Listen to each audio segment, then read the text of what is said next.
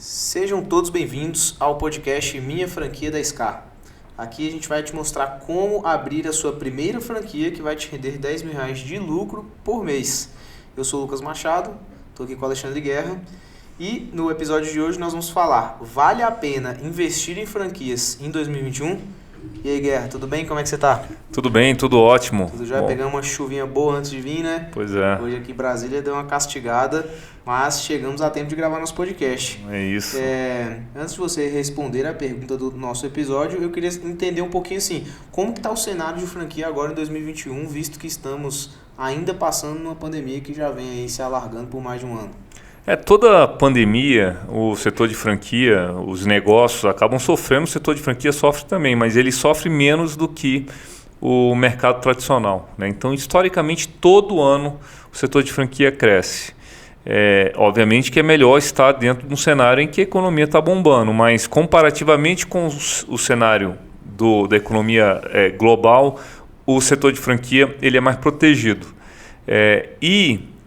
É também uma coisa recorrente no setor de franquia que sempre quando a gente tem uma crise, principalmente uma crise que impacta emprego, a gente tem mais procura por novos interessados em franquias. Então, os negócios que eu estou envolvido, por exemplo, a gente está tendo um bom volume de venda de novas franquias, porque tem muita gente que está querendo sair desse mercado tradicional de emprego, cansou, né, de ser funcionário, ficou desempregado depois de muitos anos e quer investir, né, aquilo que juntou dentro de um negócio, e um caminho bom para isso é o caminho de franquia. Então, obviamente que o cenário ele é tumultuado, a gente tem um sofrimento grande em algumas regiões do Brasil que estão mais restritas, né, sempre por conta da pandemia. Alguns canais de venda, como o shopping, têm sofrido mais, mas assim, a busca por franquia só cresce nesse momento. Massa. E assim, você acha que essa dúvida sobre cenário é uma coisa que as pessoas têm essa dúvida? Os brasileiros principalmente, eles têm essa dúvida sobre o cenário, se ele é bom ou ruim, se é o momento certo ou errado, se está em criticar? Tem, eu acho que faz sentido ter essa dúvida. Eu acho que existe momento certo e momento errado de começar um negócio novo. Né? Obviamente que sempre o fator determinante é o empreendedor e o negócio. Então, se o empreendedor tiver a atitude certa, o comportamento certo, a energia certa e o negócio for um negócio certo, independente do cenário, isso vai dar certo. Tá? Agora, tem momentos melhores e piores. A gente vive num dos melhores momentos para se começar um negócio. É nesse momento que você tem que começar, no momento em que os ativos estão baratos, existem pontos disponíveis, o aluguel, por exemplo, dos pontos comerciais, shoppings, ruas, estão bem mais baratos do que em anos anteriores. Então, esse é o momento de entrar. É o momento que você teve uma depressão que vai ser passageira, e eu não tenho dúvida que vai. A questão é quantos meses isso ainda vai durar, com certeza alguns, mas é o momento em que os ativos estão baratos. Eu lembro bem que os franqueados que entraram naquela época do Brasil crescer 7%, que foi 2010, 2011, 2012, foram os franqueados que tiveram mais problemas, porque ele comprou um ativo caro, eles entraram com custos de locação alto. Me lembro muito bem ainda, falando de Girafas, na época a gente entrava para negociar um ponto comercial numa praça de alimentação de um shopping novo, por exemplo. Se a gente ficasse 15 dias negociando e se não chegasse no acordo, a gente ficaria fora da praça, porque a demanda por ponto era muito grande. Então você tinha que entrar basicamente no custo de locação que o pessoal te oferecia. Hoje já não é assim. Então quem entrou naquele período, o que eles fizeram? Entraram quando o mercado estava em alta, pagaram caro, um alto custo de entrada, e logo depois veio uma depressão grande econômica. Aquele foi um momento ruim de se entrar nos negócios. Esse que a gente vive hoje é um momento bom. Equacionando essa questão da Covid, a gente vai voltar a crescer e como ainda não foi equacionado, tem muitas oportunidades boas no mercado. E por que você acha que o brasileiro ele ainda tem essa visão de que o momento tem que estar bom para entrar e não no contrário, como que você está dizendo que na teoria é o melhor momento, né? Por que você acha que a gente ainda tem esse tipo de insegurança? É porque as pessoas elas vivem a realidade daquele momento, elas têm dificuldade de pensar num prazo um pouquinho mais longo. Então, se tudo está um desastre, elas acham que vão ser um desastre para sempre. Da mesma forma, se tudo está bom demais, acho que vai ser bom demais para sempre. Então, se a gente olhar um pouquinho na curva do tempo um pouco mais na frente e a gente acreditar que essa é uma crise passageira, esse é o momento certo de entrar. É como bolsa. O pessoal um pouco desinformado, quando a bolsa começa a bater recorde, sair na mídia, bolsa recorde, aí é a hora que os desinformados vão entrar. E é a hora que os profissionais estão saindo, né? Que estão já fazendo a venda dele e realizando prejuízo, porque eles compraram quando? Quando estava lá embaixo. Por quê? Porque vivem disso, sabem que a hora certa de comprar um ativo é quando o ativo está desvalorizado, e não quando ele está lá no pico da valorização dele. E pegando esse gancho aí, você acha que o ano de 2020, então, pela vinda da pandemia, você acredita que afastou muito as pessoas de investir em franquias? Não, eu acho que afastou, assim, no sentido de algumas pessoas terem receio, mas é o que eu te falei, a procura em geral aumenta por conta das circunstâncias pessoais dela. Ela está desempregada ou ela está cansada de viver no mercado de trabalho, e aí ela passa a ver a franquia como uma opção, não porque ela está otimista em relação aos cenários, mas porque ela entende que o que ela estava fazendo é um negócio que não vai levar ela muito para muito lugar. Então, obviamente que a gente teve alguns meses o mercado parou 100%. No ano passado, 2020, que foi março, abril, maio, junho, ninguém veio atrás de franquia nesse período. Agora, a partir de agosto, setembro, a nossa procura aumentou demais. A gente vendeu muita franquia em novembro, dezembro, e no início desse ano também estamos com um movimento bastante quente. E assim, você acha que, se tratando agora de 2021, né, um ano, mais ou menos um ano depois que veio a pandemia, veio a notícia agora de vacina, né? A gente tem essas expectativas aí. Você acha que a franquia ela é uma maneira considerada um pouco mais segura do que o empreendimento tradicional no meio desse caos? É muito mais seguro. Eu já falei de uma série de fatores nos vídeos anteriores, mas só reforçando. Você está numa franquia, você está com outras pessoas vivendo os mesmos problemas. Então, você, por exemplo, sentar numa mesa com um shopping center para negociar o seu aluguel é diferente.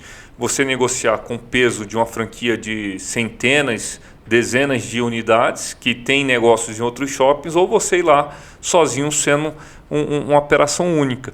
Então você tem pessoas do seu lado para dividir esse momento difícil, para negociar com o fornecedor, para te dar dicas, sugestão, apontar os caminhos.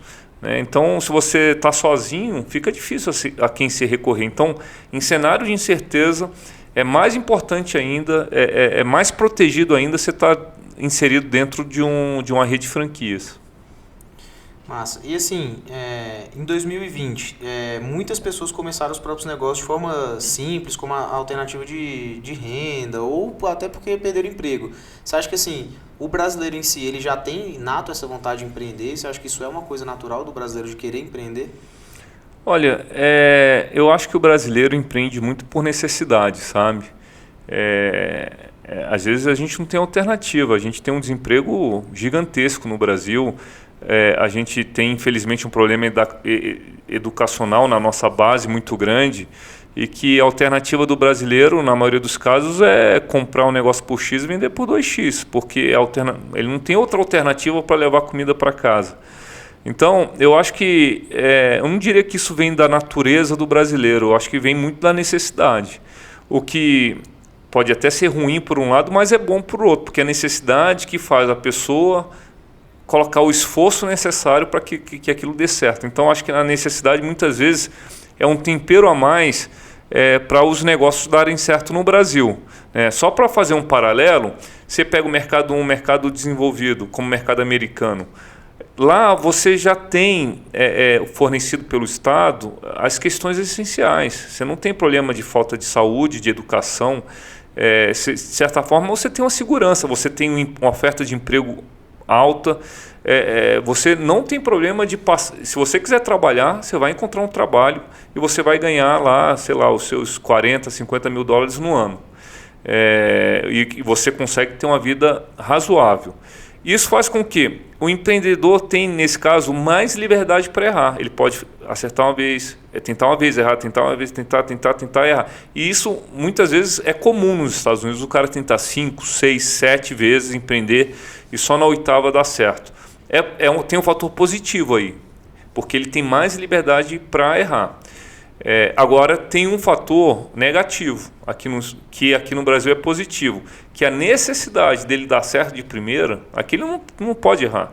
Ele tem, às vezes, uma família que ele tem que levar o sustento no final do mês para casa. Essa necessidade faz ele ter mais chance de dar certo naquele negócio. Então, é ruim porque ele tem menos liberdade de errar, mas é bom porque faz ele sair da zona de conforto, colocar energia suficiente e ele fazer aquele negócio dar certo, porque sem ele não vai ter educação, não garante saúde, nada para sua família. Legal, assim, pegando o gancho até do que você falou em relação a ter essa inteligência para a hora de entrar e a hora de sair. A gente veio do ano de 2020, que foi só o caos, esse ano de 2021 eu abri o ano com essa perspectiva de melhora graças à vacina. Esse momento é o que na hora de franquia? É a hora da gente entrar, a hora da gente olhar com bons olhos, é a hora de pensar 2 vezes? O que você acha que é esse momento? Eu acho que é a hora de entrar. Eu acho que essa é a hora de entrar, porque eu acho que a gente está na inflexão da curva. A gente já saiu um pouco do buraco, né? Se for comparar, a gente teve um novembro e dezembro razoável, frente ao que foi de março até agosto. Obviamente que a gente teve de novo uma depressão, estamos tendo uma certa depressão agora em janeiro por conta dessa segunda onda. Algumas cidades como Belo Horizonte fecharam de novo. Então, essa recuperação em V, ela aconteceu, mas não recuperou totalmente. Aqui agora está de novo num patamar um pouco de lado, assim. Mas, equacionando essa questão da vacina, a gente volta a crescer. Então, talvez seja até uma oportunidade ainda de não ter voltado a 100% do que o Brasil deveria estar crescendo, para o cara entrar. Então ainda tem espaço para o cara começar a investir, encontrar uma oportunidade legal, encontrar um repasse. A gente já falou aqui, todas as redes de franquia nesse momento tem um ou outro operador, aquele que está mais distante da operação, aquele que não precisa, aquele que tem outros negócios, se afasta do dia a dia, e aquele negócio que dava 20 mil para ele, que está dando 10 mil, e para esse cara 10 mil não faz diferença, não faz sentido. Então, um negócio que antes tinha um valor para ele passa a não ter. Essa é a hora, inclusive é uma recomendação minha. Toda negociação que você está tendo com rede de franquia nesse momento é muito bom ver os repasses. Porque às vezes os repasses você vão comprar por um preço inferior ao que você gastaria para montar um negócio do zero. E não quer dizer que seja ruim. Quer dizer que tem um operador lá que está desmotivado, que já está estrangulado e que talvez seja essa oportunidade de você comprar isso e ter sucesso. Legal.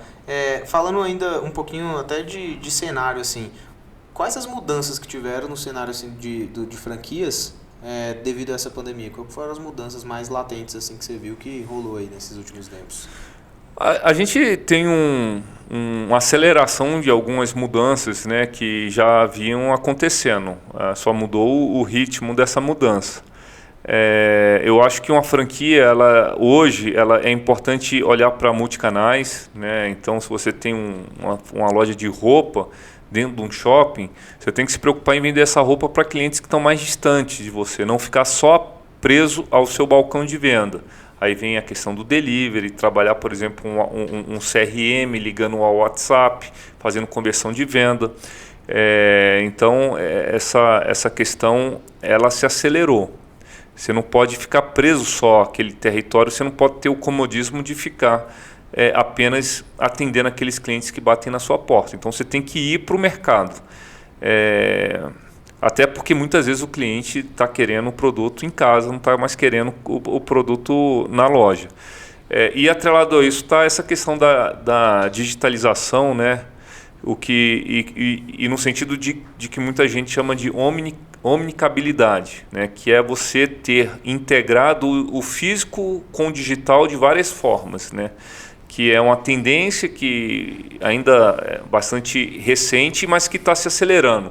Então, você na sua loja fazer uma venda, entregando para o cliente um produto que venha de um estoque, de um CD, ou você fazer um pedido na internet online e pegar no próprio ponto de venda. Então, o físico e o digital, eles acabam se integrando, e esse movimento ele tem se acelerado bastante. Então, as redes, e aí é um desafio não só do franqueado, mas também do franqueador, fazer essa adaptação para você conseguir aproveitar, né, esse momento de mudança, né, nessa tendência de consumo.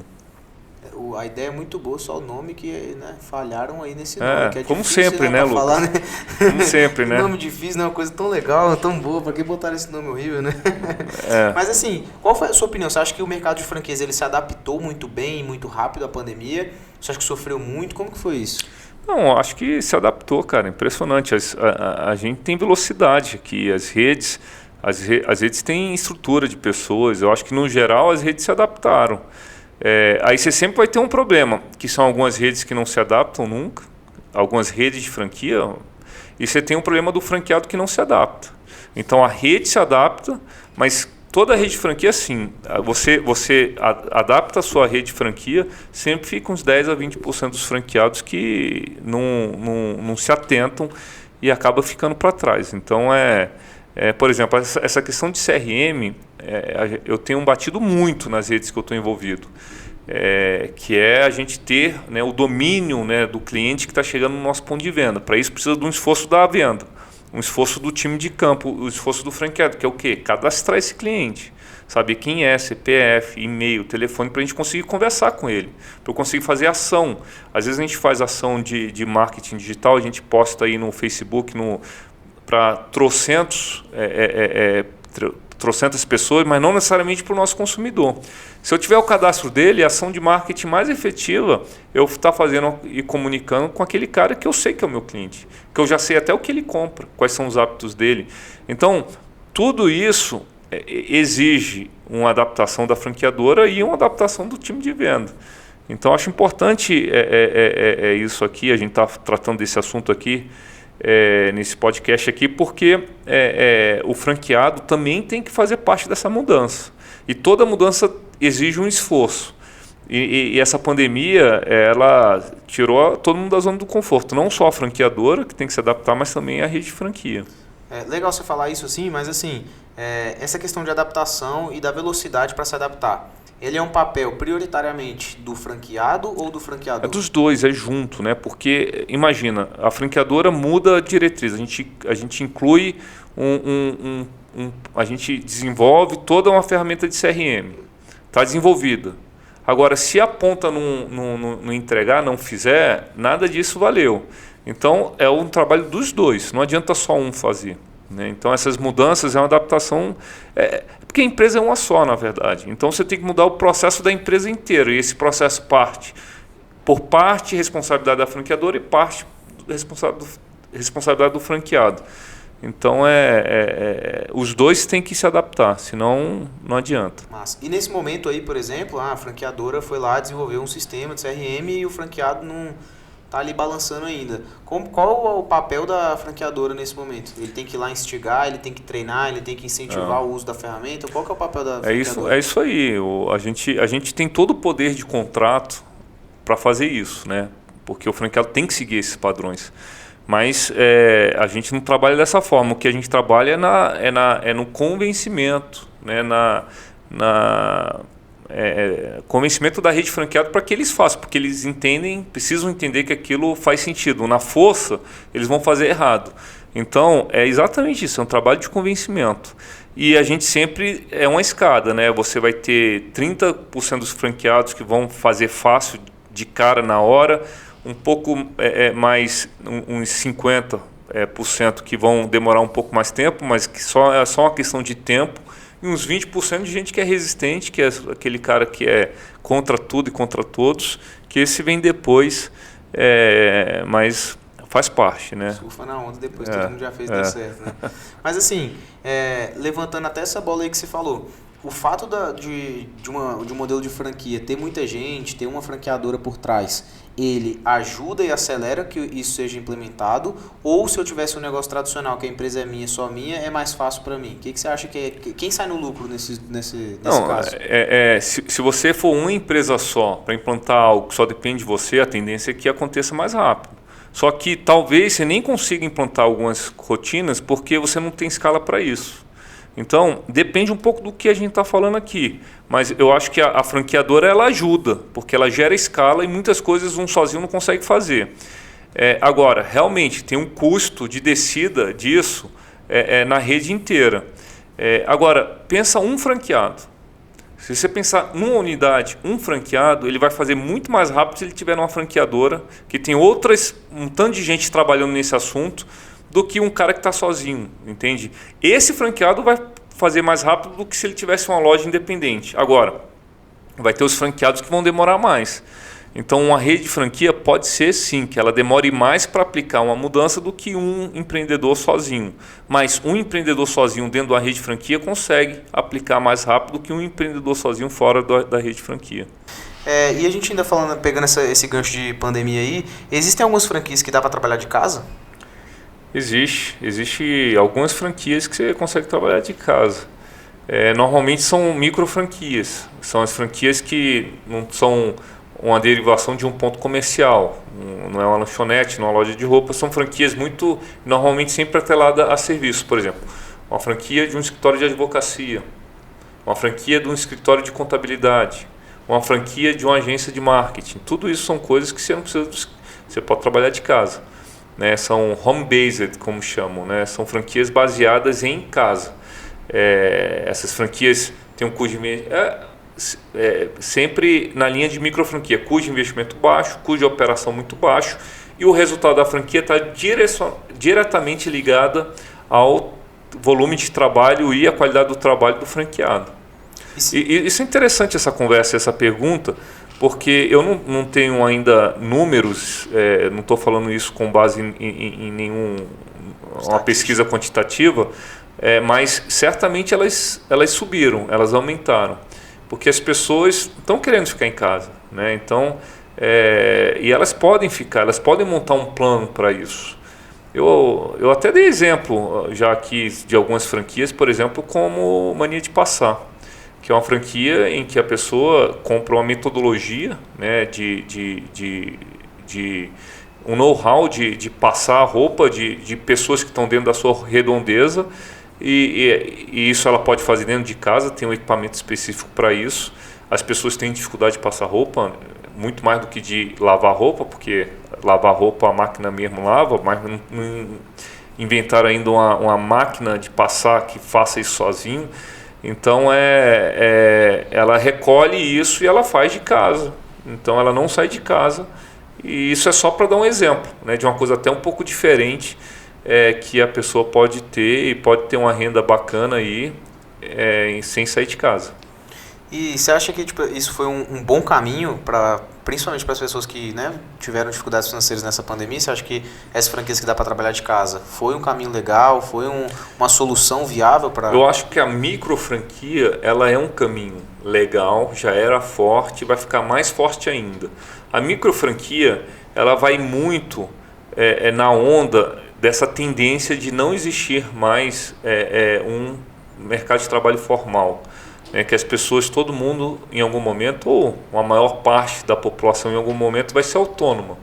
Então você vai escolher o teu caminho, a tua profissão, vamos dizer assim, e essa profissão vai ser um negócio, né? Você pode ser um profissional de edição de vídeo, por exemplo.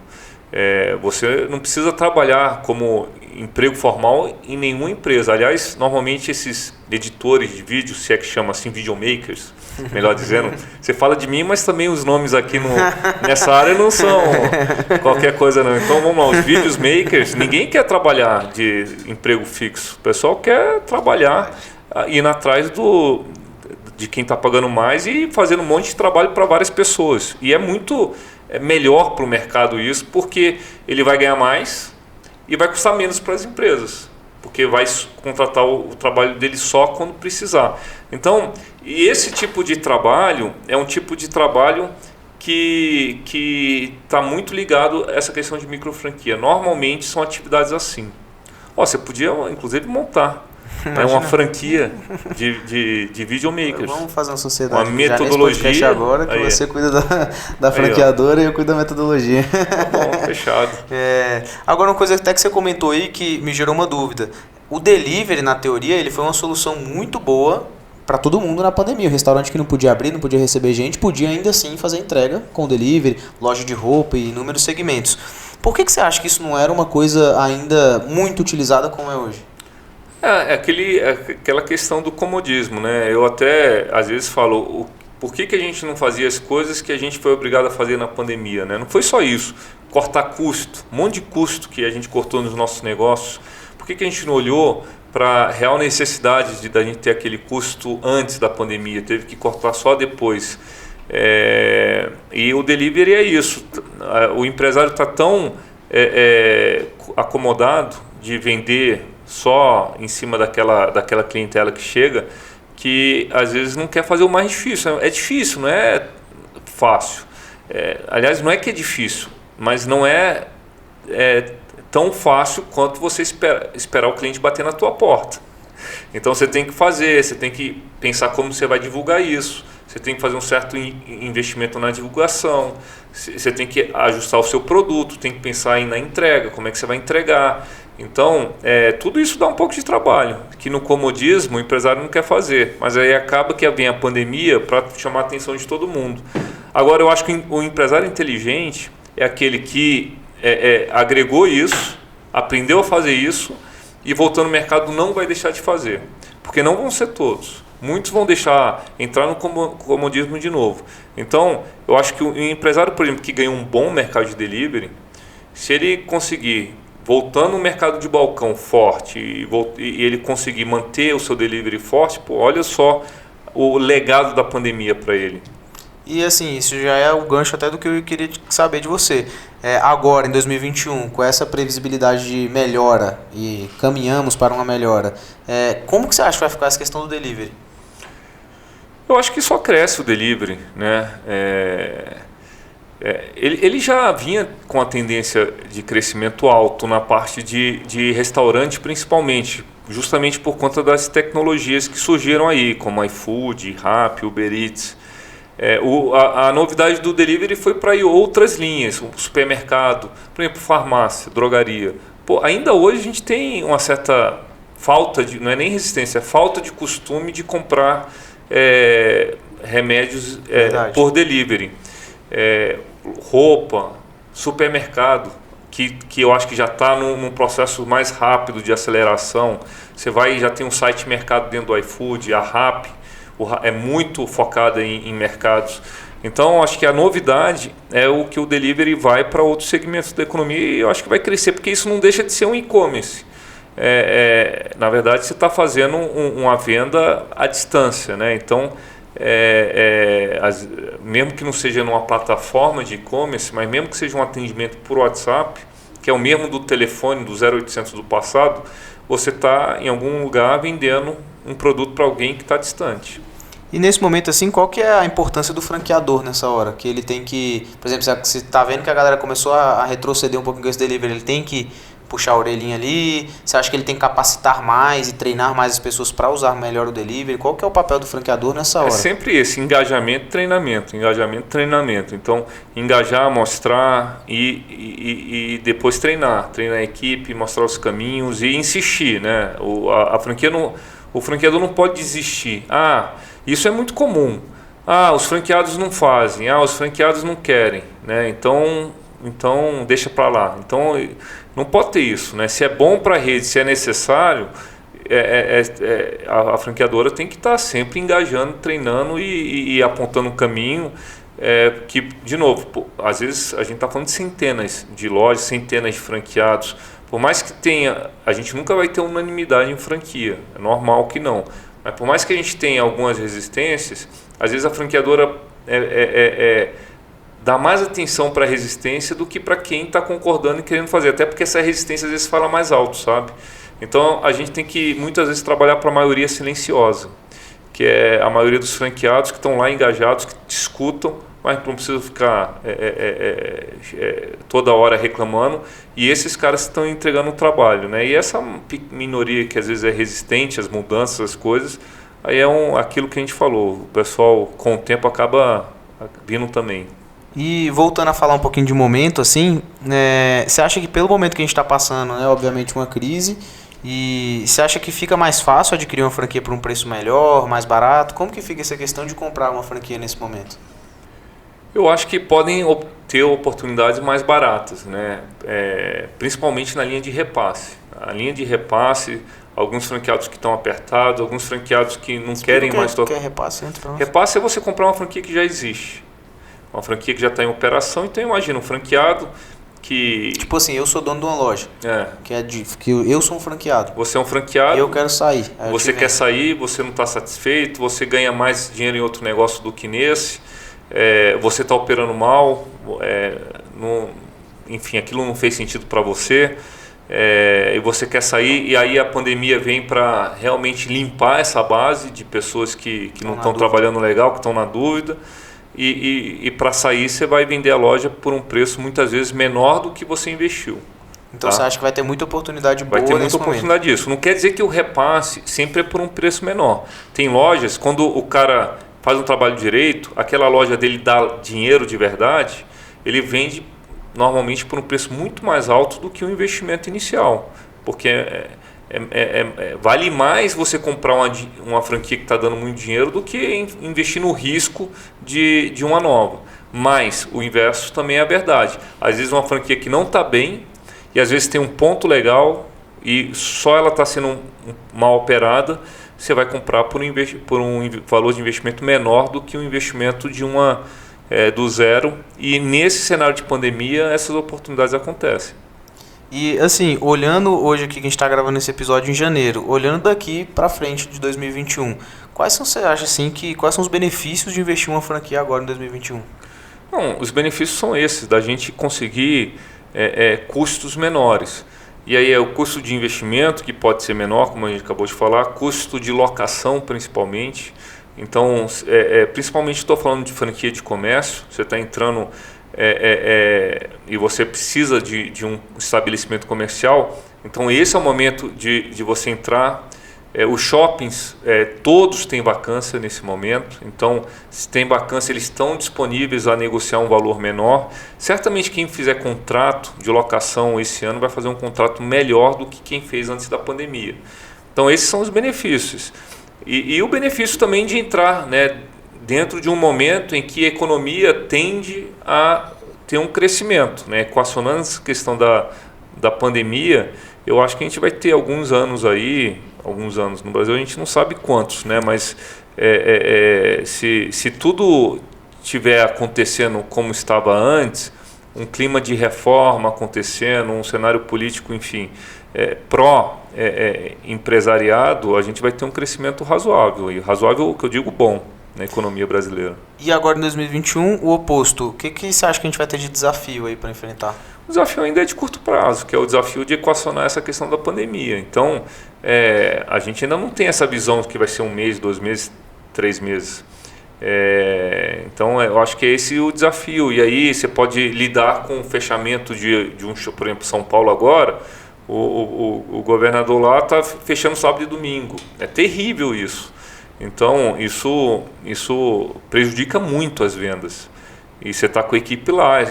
Tudo bem que os aluguéis até os shoppings têm sido bastante flexíveis, mas esse é o desafio de curto prazo. Você lidar ainda com esse final de pandemia aí, que ele ainda vai estar presente aí praticamente o ano inteiro. E assim, falando de oportunidades então que serão, né, vistas para comprar essas franquias, talvez repasses. Como que os bancos estão lidando essa questão de empréstimo agora nesse momento? É outra coisa positiva, né? Que a gente vive no Brasil hoje, que é essa taxa de juros aí numa casa de 2% que a gente nunca imaginou ter. Eu achei que eu não ia ver ainda vivo uma taxa de juros tão baixa. E que pode ser que no futuro próximo aumente. Então, eu acho que você trouxe bem essa questão. A gente tem um cenário de juros baixos hoje no Brasil, a gente tem liquidez no mercado financeiro. Então, tem muita... As franqueadoras, outro benefício de franquia, as franqueadoras, na maioria dos casos, possuem linhas de créditos dedicadas aos franqueados. Então, esse é o melhor momento que tem para pegar financiamento, que é onde o juros está baixo. Acho que esse cenário não vai ficar assim por muito tempo. Mas, e assim, você tem alguns exemplos que você viu, ouviu de colegas seus, de pessoas que mesmo na pandemia começaram uma franquia, ou alguns casos dentro da pandemia relacionados à franquia, bons cases aí que rolou? A gente sempre tem, né, dentro de uma rede de franquia, alguém que está comprando e alguém que está vendendo. Eu acho que quem está comprando é o cara que está fazendo um bom negócio, e quem está vendendo é quem acabou perdendo dinheiro, né? Esses movimentos sempre acontecem. Então Mas, por exemplo, você tem algum caso aí que você viu que, sei lá, o cara já tinha uma franquia operando num lugar e na pandemia isso aumentou muito por causa de um delivery? Você tem algum case desse que tiver em mente aí? Olha, a gente... Um case seu mesmo também. Não, a gente tem, na Biomundo tem alguns franqueados que investiram em 2, 3 lojas agora durante a pandemia, franqueados que estão em rua. O faturamento aumentou muito em rua, até porque Biomundo é um produto essencial, então ela não fecha. Fechou no shopping porque o shopping fecha e não tem jeito, mas na rua, em supermercado, aumenta a venda. Então, eu tenho um franqueado que tem que dar graças a Deus que teve essa pandemia, assim, no sentido econômico da palavra, porque aumentou as vendas e aí ele foi fazendo mais lojas, né? Tem franqueado que começou no final de 2019 com uma loja, hoje está com 4. Basicamente fez tudo isso em 2020. E eu sou franqueado também, eu estou comprando. Então estou nesse momento comprando loja. Olha aí, quem estiver vendendo e estiver assistindo esse podcast, manda aí no comentário. E não é um movimento que eu faço com rotina, eu estou até mais focado na franqueadora. Mas tem tantas coisas boas, alguns ativos que são lojas franqueadas, que tinham oportunidades de compra excelente, que eu me envolvi, eu estou envolvido na compra já concluí 3 franquias do Girafas e estou comprando uma agora da Biomundo. Eu tenho um sócio, né, que opera essas lojas, mas são lojas cujo o investimento nessas lojas eram antes da pandemia, essas lojas custavam 3 vezes o valor do investimento dela, porque eram lojas muito boas. Na pandemia eu comprei com algo próximo do investimento, um pouco mais ainda, mas porque as lojas realmente eram lojas muito rentáveis. Então esse é o momento de comprar para mim, não é o momento de vender. Massa. E num resumão assim, pra gente fechar esse episódio aí, vale a pena ou não vale a pena investir em franquias em 2021? Vale a pena, cara. Esse é o momento, agora é a hora de olhar, agora é a hora de pesquisar, olhar para a franquia certa e pôr o pé no acelerador. Valeu, Guerra. Muito obrigado por esse episódio e até a próxima. Valeu.